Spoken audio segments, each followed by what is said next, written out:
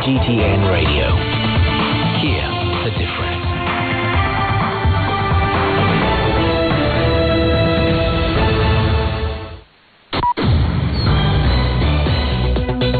Now the news. I'm Do Hongyu. U.S. Special Presidential Envoy for Climate John Kerry has arrived in Beijing for a 4-day visit to China. Kerry is the third high-level U.S. official to visit China in the span of a month. The Chinese Foreign Ministry says the two sides will exchange views on collaboration to address climate change. Sun Tianyuan has more.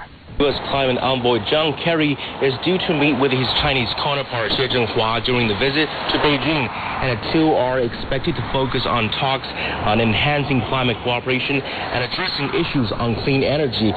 They're also likely to discuss how their countries can promote the upcoming United Nations Climate Change Conference in November. Kerry's visit underscores the urgency of climate collaboration between the world's two largest greenhouse gas emitters. One of the biggest achievements China and the U.S. have reached in tackling climate change over the years was the 2015 Paris Agreement. Now, Kerry's visit marks the resumption of climate talks between China and the U.S., and perhaps it may yet pave the way for future cooperation. Torrential rains have killed at least 33 people in South Korea.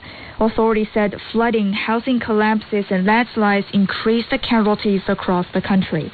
Over 7,000 people from 13 cities and provinces were evacuated due to the damage from the downpours.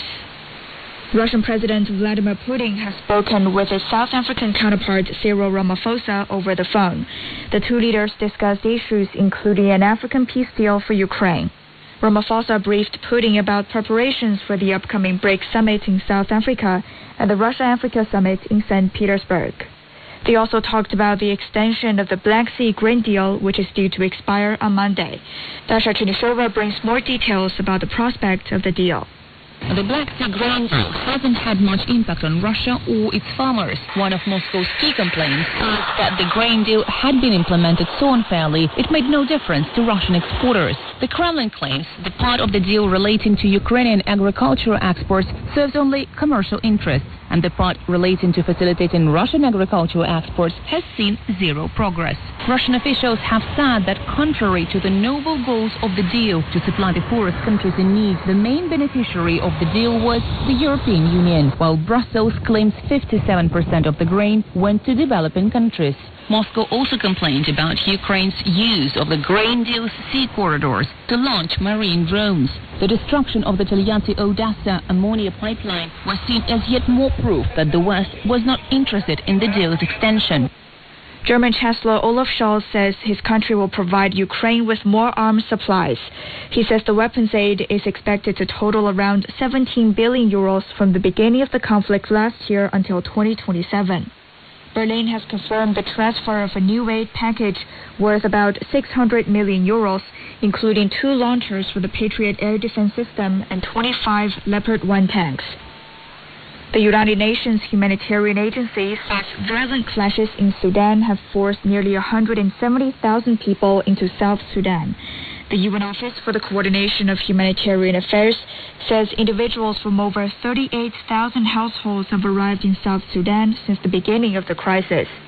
UN officials say the number of arrivals is projected to continue increasing as the conflict in Africa's third largest country by land area continues. Clashes erupted between the Sudanese armed forces and the paramilitary rapid support forces in April this year. The President of the United Arab Emirates has met with the Indian Prime Minister to discuss bilateral ties. Sheikh Mohammed bin Zayed Al Nahyan and Narendra Modi discussed possible bilateral cooperation in areas such as economy, investment, and renewable energy. They also discussed the upcoming COP28 climate conference scheduled to be hosted by the UAE later this year. China's second C919 narrow-body aircraft has been delivered to China Eastern Airlines. It's the second of the 5 C919 aircraft China Eastern Airlines has purchased from the Commercial Aircraft Corporation of China with the same cabin layout. The aircraft will be the first one to fly the routes between Shanghai and Chengdu. It's expected to fly expanded routes in the future. And that's the news. I'm Do Hongyu.